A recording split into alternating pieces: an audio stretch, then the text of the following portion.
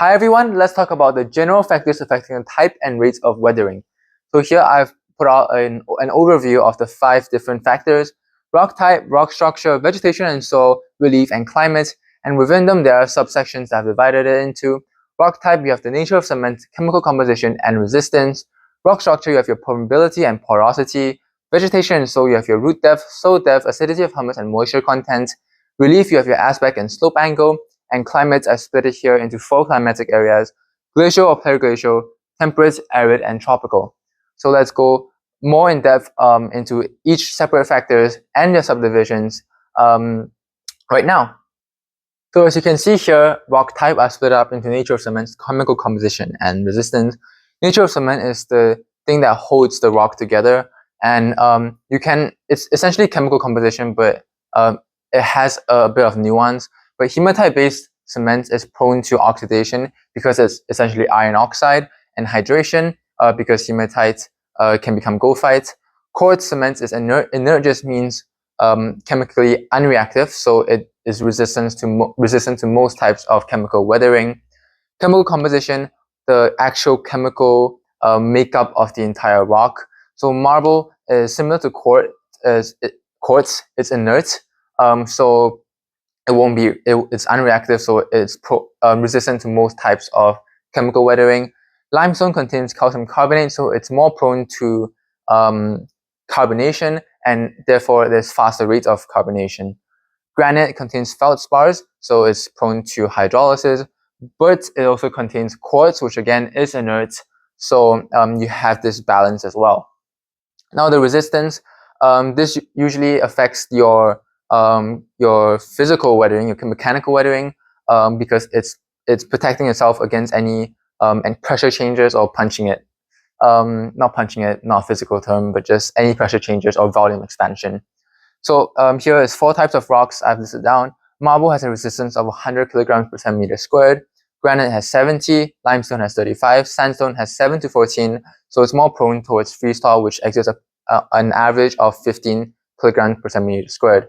So you can pick and choose which one you want to remember. I've just listed down a bunch of here for you. I would go for the extremes, so marble and sandstone, but if it's easier to remember any other ones of these, you can as well. So let's move on to the rock structure now. So here's rock structure. As you can see, only permeability and porosity. Permeability here is defined as the ability of a rock to let water through, and is determined by cracks and joints. So here are some stats. This is relative permeability, so we're all comparing it to granite. The granite has a relative permeability of 1 to itself, and clay is more permeable than granite, but it's kind of at the lower end, whereas limestone is 30 and sandstone is 500, so they are very permeable as compared to granite. And here porosity is the percentage of a rock that is made up of pores. Here's some stats. Granite is 1%, clay is 45%, limestone is 10%, and sandstone is 18%. So porosity, why this affects the rates of weathering? Because it increases the surface area. Remember, surface area is a important component factor to a determinant of the rates of weathering. With more surface area, the more contacts what some of the chemicals might have been, some of the water to expand. So porosity, because it's holes, it increases the surface area much more than permeability because it's just cracks and joints. However, you do need permeability to get the water through to your pores. So as you can see, clay is very porous, so it's at 45%, but it's quite impermeable at 10 relative permeability.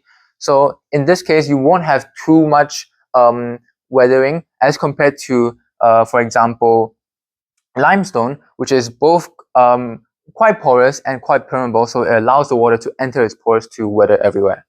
So this is the interdependence between permeability and porosity.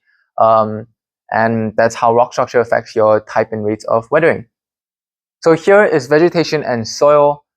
It's quite simple. Root depth, it affects the permeability because it's cracking the rock. It is a direct determinant or proponent of biological weathering, but with increased permeability, it also affects chemical weathering and perhaps physical weathering. As for soil depth, if you have a really deep layer of soil and then your underlying rocks, then it might offer a lot of protection from especially rain that might leak inside, or that might infiltrate inside, or might get into cracks. However, it does stimulate more vegetation because deeper soil allows for more nutrients, more water for the vegetation to reach. So usually with higher soil depth, you have less chemical and less physical weathering, but you do have more biological weathering.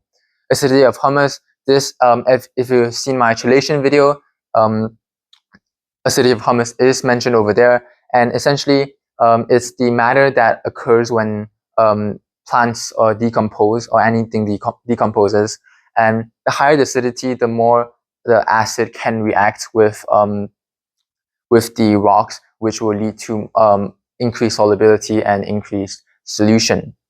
As for moisture content, it provides water, and water is really essential for all of your chemical weathering processes. So with higher moisture content, it does increase your chemical weathering, and as well as greater moisture, greater water, more water. It stimulates more vegetation growth, so you do also have more biological weathering. However, it does stabilize your temperatures. So if you see onion skin weathering, it requires extreme temperatures. But if you have a lot of water and everywhere is quite moist, it stabilizes the temperature. It stabilizes the temperature because a lot of the water is also being evaporated. So a lot of the heat, the energy is used to evaporate the water. So your temperatures don't peak as high and don't go as low as high. It's quite stable. So you have less mechanical, less physical weathering, but you have more chemical and biological weathering because of your moisture content. And let's move on to aspects now, or let's move on to relief now. So this is how relief affects the type and rates of weathering. Relief is split into aspect and slope angle. Aspect here is the direction a slope faces. So there's a mountain on the earth, and it can either face, and there's two slopes of mountains. It can either face south or face north. And it affects the temperature and fluctuations. So as you can see here, let's look at one mountain in the northern hemisphere.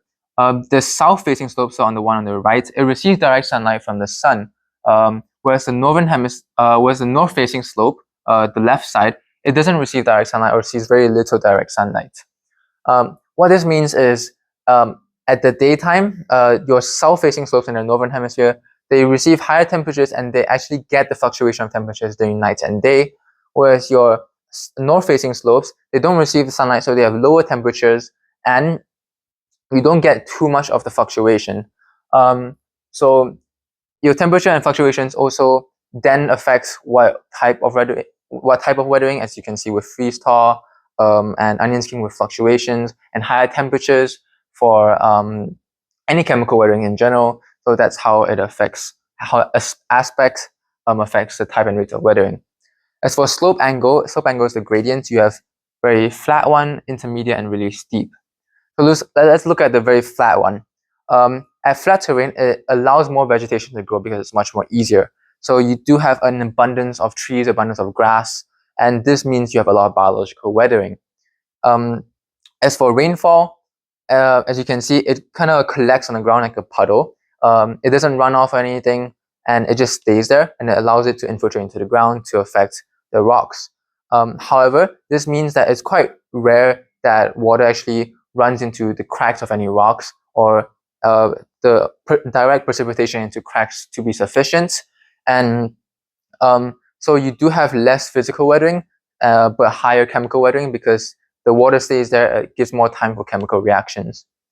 As for intermediate slopes, as you can see here, this is grass.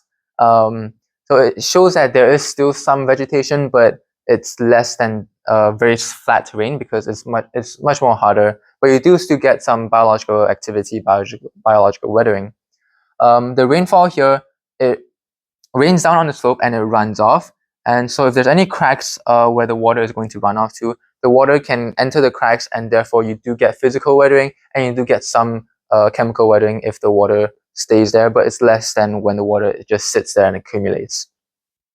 As for the really steep angle, like 90 degrees, when water rains down, when rain rains down, doesn't really have any contact with this, and it just falls straight down. If it does have some contact, as it like trickles down the slope, because of gravity, it will rush down really fast. So it have limited the water have limited contact with the slope, and as you can see, there's no vegetation at all. It's really difficult for vegetation to grow on a really steep slope, and therefore you have low biological, low chemical, and low physical as well. But you do get some physical if there are cracks within the slope and your water can still somehow get in. So this sums up for relief, and let's move on to climate. And lastly, guys, this is how climate affects the type and rate of weathering. So here's my 4 different climates. You have glacial or periglacial, such as Siberia. So in general, you have low temperatures in these areas, but you do have fluctuation around 0 degrees Celsius, especially with the day and night cycle, and maybe summer and winter. So this low temperature means there's little energy for chemical reaction, so you do have less chemical weathering, but this fluctuation around 0 degrees is really good for freeze-thaw weathering, so you have a lot more physical weathering.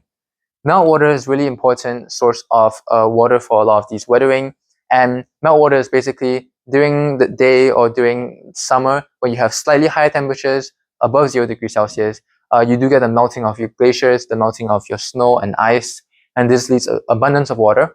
And the abundance of water plus slightly higher temperatures do allow for more chemical weathering, but this is more seasonal, and it's quite less because the overall temperature is still quite little. And there's little vegetation as well because it's really cold, so you have low biological weathering. So to sum it up, you have a lot of freeze-thaw, a lot of physical weathering, some chemical weathering depending on the season and time of day, and little biological weathering. So let's move on to temperate areas. It's split between deciduous and coniferous areas. Deciduous areas are like the United Kingdom, whereas coniferous areas are like the Western United States. Deciduous areas are more basic, as in less acidic, and coniferous areas are more acidic. So that affects your chelation, affects your chemical weathering. Biological activity. There's more biological activity in deciduous areas and less in coniferous areas. So in deciduous areas, you get more biological weathering. Coniferous, you get less. And in temperate areas, you get seasonal changes in temperature and rainfall. So the type of weathering and the rate of weathering depends. When you do get a lot of rainfall and maybe higher temperatures, this means you get more chemical weathering, but in the winter, in temperate areas, you do get more physical and less chemical. So for temperate, there's a lot of depending, but generally for biological, it's quite set that deciduous has more and coniferous has less. As for arid areas are like Sahara deserts. There's extreme temperatures. Why? Because in the day there's no clouds, so a lot of there's no clouds, so a lot of the sun's energy will enter the area, and the sun will take in the heat. But at the nighttime, there's also no clouds, so a lot of the heat will dissipate out, will radiate out, and it won't get reflected back down. So you do get really hot temperatures during the day and really cold temperatures during the night. And this is especially good for onion skin weathering. So yeah, you get more physical. There's low rainfall, and any rainfall that falls down will get quickly evaporated during the day because of the extreme temperatures.